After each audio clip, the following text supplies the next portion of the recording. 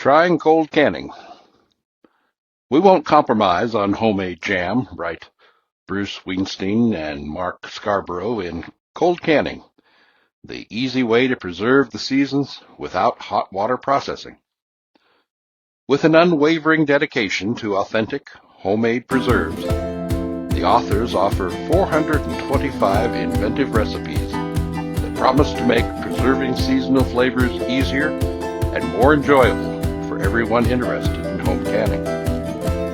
While they promote cold canning as an easy way to preserve harvest without hot water processing, they remain committed to flavor and quality, and they make it clear that convenience does not come at the expense of taste.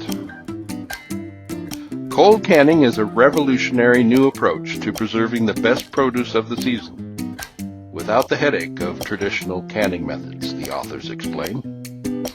Whether you're canning for convenience, frugality, or fun, these small batch recipes are simple to make and can be safely stored for months or even years in your refrigerator or freezer.